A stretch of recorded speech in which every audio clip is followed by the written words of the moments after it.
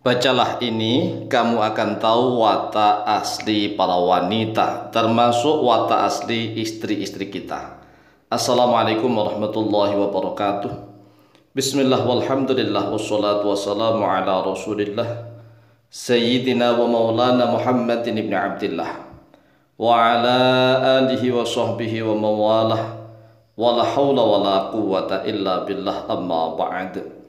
Saudaraku kaum muslimin wal muslimat rahimakumullah, wabil khusus saudara-saudara kami para pecinta dan subscriber channel YouTube Al-Mu'alim Center dimanapun berada, yang tidak lupa dan tidak bosan-bosannya senantiasa kami doakan semoga Allah Azza wa Jalla memberikan kesehatan, sehat walafiat lahir dan batin.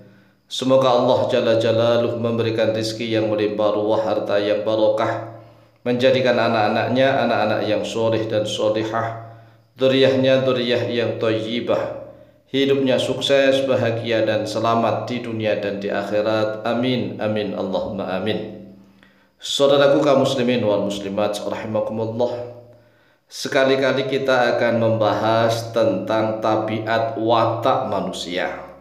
Jadi tidak hanya memberikan ijazah zikir dan doa, memberikan ijazah amalan-amalan terus, nanti tambah mumet, tambah pusing. Sekali-kali kita akan memperdalam ilmu pengetahuan tentang watak dan tabiat para wanita. Yang pertama nih, bisa kita baca di dalam layar kaca video. 1. Sekuat-kuatnya laki-laki akan selalu bertekuk lutut di hadapan wanita.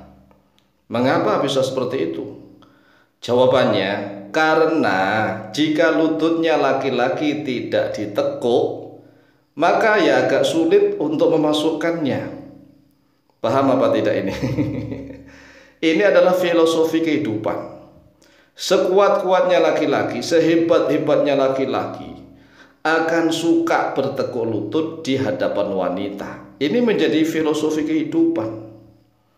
Ya, karena laki-laki itu pada dasarnya ingin ditundukkan oleh para wanita. Jadi sebenarnya para wanita itu sebenarnya ingin menundukkan laki-laki yang diincarnya. Itu sudah menjadi program kehidupan. Oleh sebab itulah, jadilah laki-laki yang betul-betul mampu menegak luruskan para wanita. Ar-rijalu qawwamuna 'alan nisa. Para laki-laki itu adalah qawwam penegak lurus 'alan nisa, atas para wanita. Jika laki-lakinya lemah tentang ilmunya, tentang fisiknya, apalagi lemah tentang hartanya, ekonominya, maka bisa dedel duel ya. Kemudian yang kedua, jika sudah masuk nih, ya kan sudah masuk, maka harus tetap berdiri tegak. Ya apa enggak? Kalau sudah masuk ya harus tetap berdiri tegak. Mengapa? Karena di dalamnya tidak disediakan tempat duduk. Apakah di dalamnya ada tempat duduk? Ini khusus untuk dewasa yang sudah paham nih ya. Jika sudah lemas nih, maka akan segera ditendang keluar. Ya coba, adakah wanita yang suka miliknya suami itu lemes loyo? Nggak suka. Nggak suka. Ya jarang, mungkin ada, tapi wallahu alam lah. Kalau ada ya mungkin termasuk yang apa nih? Termasuk yang antik ya. Yang aneh, yang nyeleneh, ya rata-rata itu kalau milik suami yang sudah lemas, dia sudah ditendang keluar. Ini sebagai filosofi kehidupan juga. Jadi sang laki-laki itu harus kuat, tegak, berdiri, menopang segala beban kehidupan rumah tangganya. Jadi apapun kesulitannya, laki-laki itu ya seperti itu. Ya harus dia bertanggung jawab. Bertanggung jawab memenuhi semua kebutuhan rumah tangganya. Karena kalau laki-laki itu tidak seperti itu, ya kan tidak disediakan tempat duduk nih. Berarti wanita itu kejam ya. Ya seperti itu memang tabiatnya. Kalau sudah lemes loh ya tendang keluar. Oleh sebab itulah jadi laki-laki yang kuat, yang strong, kuat fisiknya, kuat ekonominya, kuat ilmunya, kuat ibadahnya begitu. Kemudian yang ketiga, sudah berusaha dimasukkan semua nih, ya kan? Sudah semua masuk, namun tetap saja merasa masih kurang, sehingga harus ditekan-tekan sampai mentok pol, harus mentok pol pokoknya. Ini tabiat juga. Tabiat ini menjadi filosofi kehidupan. Nah, rata-rata wanita itu ya begitu. Jarang wanita yang qanaah. Qanaah itu artinya apa? Terima apa adanya. Lah kan memang seperti itu. Mulutnya aja dua ya kan, atas dan bawah. Ini kelihatannya ngeras ya, kelihatannya. Tetapi ini adalah filosofi kehidupan yang harus dicerna, yang harus dipahami, yang harus ditafakuri. Karena para ulama yang memiliki hati yang cerdas, pikiran yang jernih, itu senantiasa bertafakur. Oh iya, mengapa sih ini rata-rata perempuan nih ya, wataknya itu walaupun toh miliknya laki-laki sudah dimasukkan semua, ya tetap saja ya masih kurang. Nah, tabiat wanita itu begitu, kurang, merasa kurang. Nah, kalau ingin menjadi wanita qanaah yang solehah, ini tergantung sang laki-laki. Bagaimana dia bisa mendidik istrinya memiliki keimanan yang hebat, sehingga istrinya menjadi wanita yang solihah, yang mutiah, dan qanaah, terima apa adanya. Inilah 3 tabiat dan watak wanita yang menjadi filosofi kehidupan berumah tangga.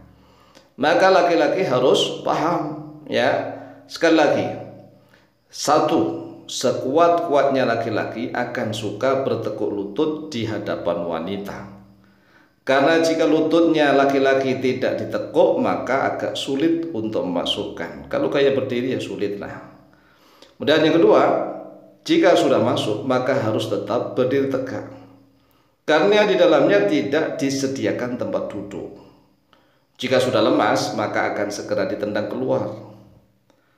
Yang ketiga, sudah berusaha dimasukkan semua nih, namun ternyata tetap saja masih kurang.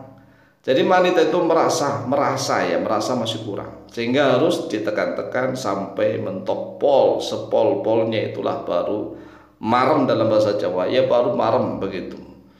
Ini sebagai seorang laki-laki, wahai saudaraku kaum muslimin wal muslimat, terutama para suami, inilah watak tabiat rata-rata wanita seperti itu.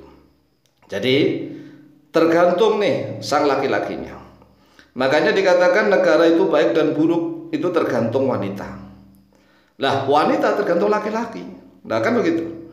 Negara baik dan buruk tergantung wanitanya. Jika wanitanya baik, negara baik. Jika wanitanya bobrok, buruk, maka negara kan bobrok dan buruk. Ya contoh aja negara kita. Sehebat-hebatnya presiden, sehebat-hebatnya panglima, ya tentara TNI, sehebat-hebatnya Kapolri, ini kan hebat nih, presiden, kemudian panglima, Kapolri, tapi kalau di hadapan istrinya, Masya Allah. Lah, ini kalau tidak bisa mendidik istri masing-masing, nah sebenarnya negara ini diatur oleh para wanita. Sebenarnya begitu. Mengapa? Kelihatan di lampak layar, di layar itu tampaknya adalah laki-laki yang bertindak, yang bekerja, yang mengurus dan segalanya. Tapi muatan-muatan di dalam rumah tangganya siapa tahu? Orang nggak ada yang tahu. Sehingga wajib laki-laki itu mendidik istrinya masing-masing. Itulah disebut sebagai nafkah batiniyah. Nafkah batiniyah itu bukan hubungan ya, bukan rumah tangga, hubungan badan, bukan. Itu kan kewajiban istri. Justru hubungan badan itu kewajiban istri, bukan nafkah batin. Sedangkan nafkah batin adalah kewajiban sang suami mendidik rohani sang istri sehingga batiniyahnya benar-benar bercahaya, memahami ilmu hikmah, imannya semakin tebal, akhlaknya semakin mulia, semakin mahmudah, dan menjadi wanita yang solihah, yang mutiah, yang taat, yang qanaah, terima apa adanya. Demikian 3 watak wanita, semoga bermanfaat. Wallahu ta'ala a'lam bishawab.